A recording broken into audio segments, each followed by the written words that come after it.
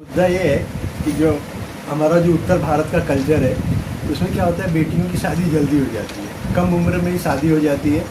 वो अपने घर जाती है और एक बड़ी बोरिंग और रूटीन सी उनकी ज़िंदगी शुरू होती है। तो वो लड़की ने अपने माँ को खत लिखा, पत्र लिखा कि मैं आपके यहाँ आना चाहती हूँ, और बहुत छोटी छोटी चीज़ उसने मांगी कि उसको क्या क्या चाहिए, कैसे कैसे चाहिए। और वो पत्र मैंने पढ़ के माँ को सुनाया। तो वो लड़की का जो भाव था उसको मैंने थोड़ा इधर उधर शब्दों में बांधा, कविता में बांधा। वो क्या छोटी छोटी चीज़ चाहती है। तो वो लिखती है, थोड़ा थोड़ा याद है मुझे।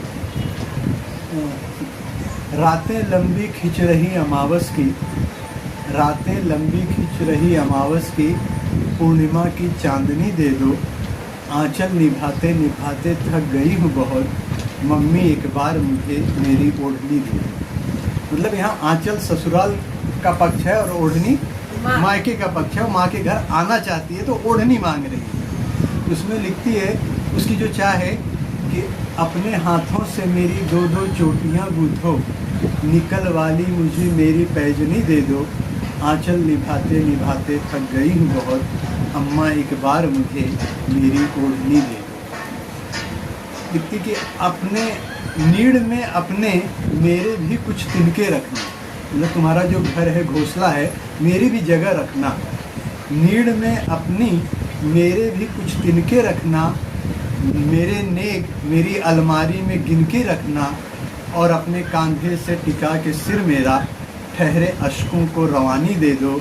मम्मी एक बार मुझे मेरी ओढ़नी दे दो। क्योंकि मायके में भी बेटी को रोने के लिए ही माँ का कंधा चाहिए।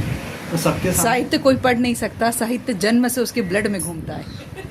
तो मतलब कंधा चाहिए माँ का बेटी को, और मायके में रो भी नहीं सकती सबके सामने, इस भाव से लिखा है। और एक आखिरी लाइन है उसकी कि सुबह देर तक मुझे तुम सोने दे। जैसे आज हम सूती रहे 10 बजे तक। हाँ, प्यारी लाइन है। तो माँ के घर में संभव है ना कि सुबह देर तक तुम मुझे सोने देना, रूठना तुम मुझको मनाने देना, तेरी बाहों पे सर रख के सोने का वो सुकून, अम्मा वो छत वाली रात सुहानी दे दो। एक बार मुझे फिर से मेरी ओढ़नी दे दो। आंचल निभाते निभाते थक गई हूँ बहुत, मम्मी एक बार मुझे मेरी ओढ़नी दे दो। आउटस्टैंडिंग।